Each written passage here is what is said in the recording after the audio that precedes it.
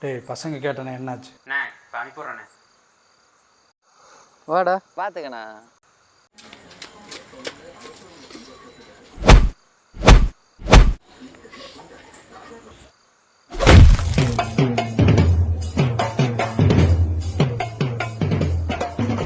எல்லாருக்கும் வணக்கங்க.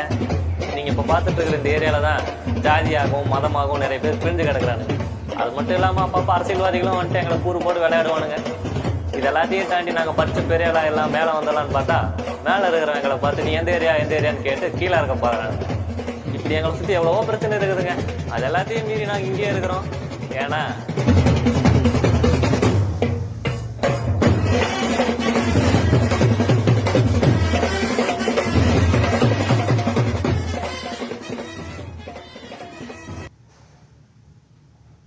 பள்ளிக்கூடம் போக வேண்டிய இந்த சின்ன சின்ன பசங்க கைக்கெல்லாம் இந்த கஞ்சாவும் பவுடரும் எப்படி வந்து சேர்த்து? இதுக்கெல்லாம் யார் காரணம்? நிறைய போலீஸுகளை தாண்டி பெரிய பெரிய அரசியல்வாதிகளால் மட்டும்தான் இப்படி உள்ளே கொண்டு வந்து ஓப்பனாக வித்துட்ருக்க முடியும். இன்றைக்கி நிலைமைக்கு பணத்தாலையும் படைபலத்தாலையும் பெரிய ஆளுன்னு பார்த்தா எங்கள் ஏரியாலே செல்வண்ணன் தான். எனக்கும் செல்வண்ணன் மாதிரி ஆகணும் தான் ஆசை. அப்படி தான் ஒரு நாள் செல்வண்ணன் என்னை நேரில் பார்க்கணும்னு சொல்லி கூப்பிட்டு விட்டுச்சு. காலையில் ஏரியா கூட அப்பா ஒருத்தர் எழுதி பேசினானே, அவன் பேர் கூட ஏதோ முத்துவானே. சொல்லுங்கண்ணே, நம்ம ஏரியாவில் ஒரு பையன் சந்திரன் வந்துருக்கானே, அவனை வச்சு பேசிவானே. அப்போ சந்துரு வர சொல்லு. சரிண்ணே. மாமே வெளியே தாண்டா நிற்கிறேன், டக்குன்னு வாங்கடா.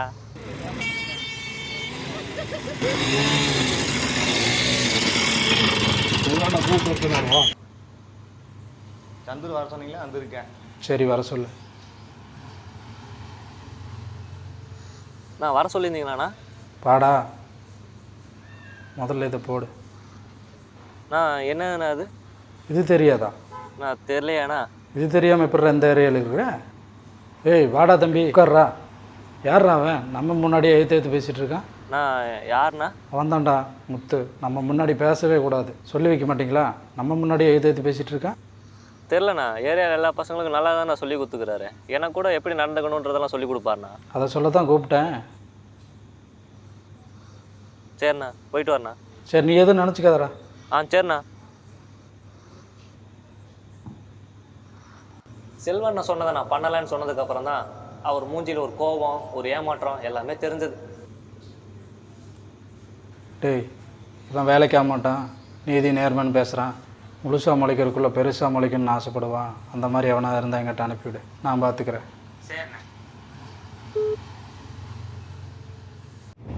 அதுக்கப்புறம் தான் எனக்கே புரிஞ்சுது, எங்கள் ஜனத்துலேருந்து ஒரு ஆள் எதிர்த்து பேசினால அவர் முன்னாடி நின்று பேசினாலே அவருக்கு பிடிக்கிறது இல்லைன்னு.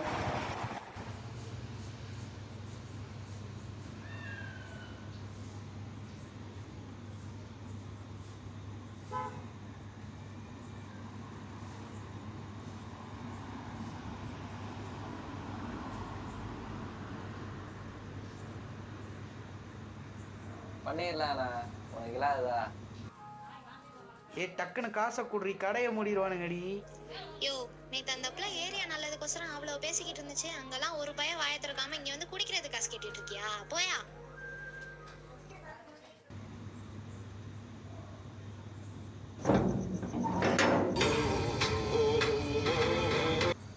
சொல்கிறா? நான் சந்துரு பேசுகிறேண்ணா. தெரியுதுடா, சொல்லு. இல்லைண்ணா, கொஞ்சம் பர்சனல் மேட்ரு, தனியாக பேசணும். சரி வீட்டுக்கு வந்துரு.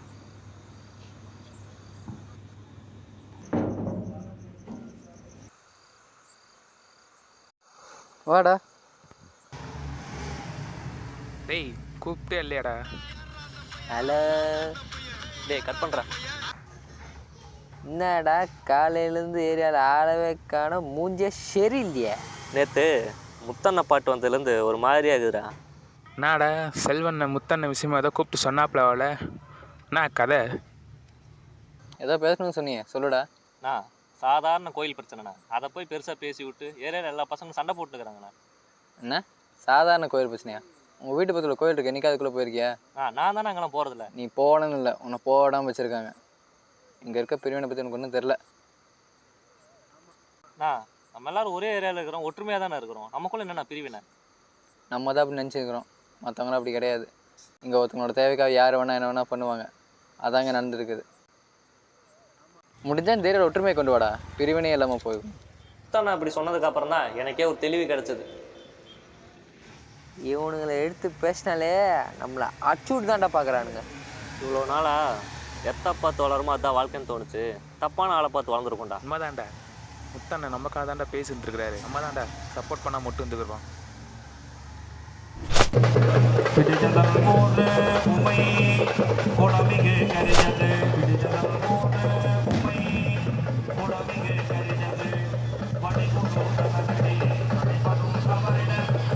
Hello, excuse me.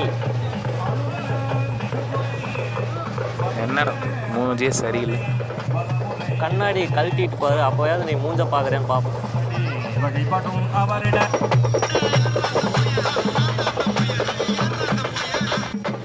ஹலோ, மாமே முத்தனை அடிக்க சொல்லிட்டு ஏரியா பக்கம் சுற்றிட்டு இருக்காங்க மாமே.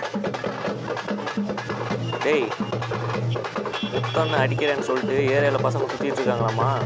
நான் என்னன்னு இப்போ ஏரியாவில் பார்க்குறேன். நீ பசங்களை கூப்பிட்டு ஏரியாண்ட வந்துடு.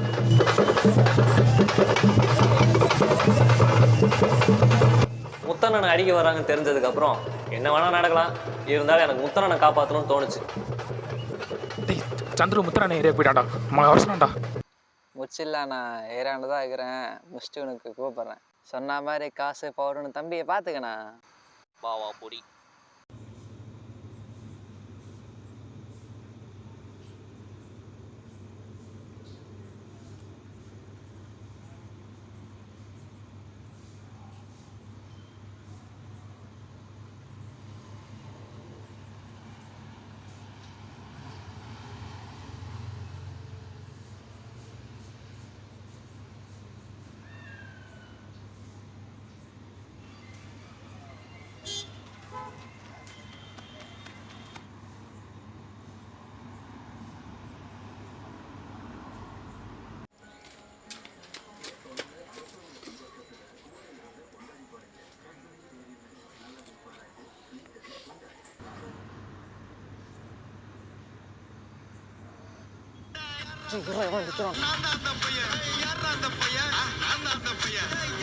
ஹலோ மாமே நான் ரோட்டில் பமித்தி ஓடிட்டு இருக்கேன். அங்கே தடி ரவுண்ட்ஸ் இருக்கு மாமே. என்னாச்சு? முடிஞ்ச அங்கே தப்பிச்சுட்டு தடிக்கிட்ட மாட்டிக்காத. ஏய் ஓத்தா.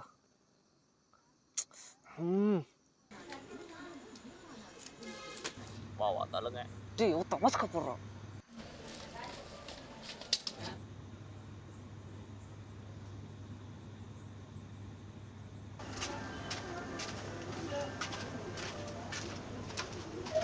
டேய் தம்பி, உங்களுக்கும் இந்த பிரச்சனைக்கு என்ன சம்மந்தம்னு எனக்கு தெரியல. ஆனால் தேவையில்லாம உள்ள வந்து நிற்கிறீங்க.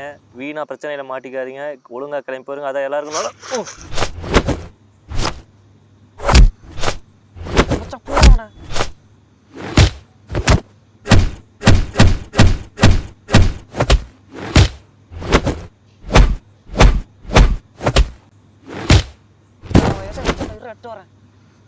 மச்சா புர்றா அவனை மோளை அறுத்துறேன்டா அவனை.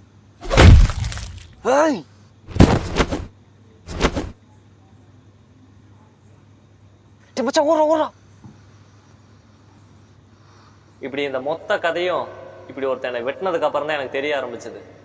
ஒருத்தனை கொல்றதுக்காக பொருள் எடுக்கிறது இல்லை, ஒருத்தனை காப்பாத்துறதுக்காக பொருள் எடுத்தா கூட அதோட முடிவு நம்ம கையில தாங்க. இது எல்லாமே இப்படி விழும்போது தாங்க எனக்கு தெரிஞ்சது.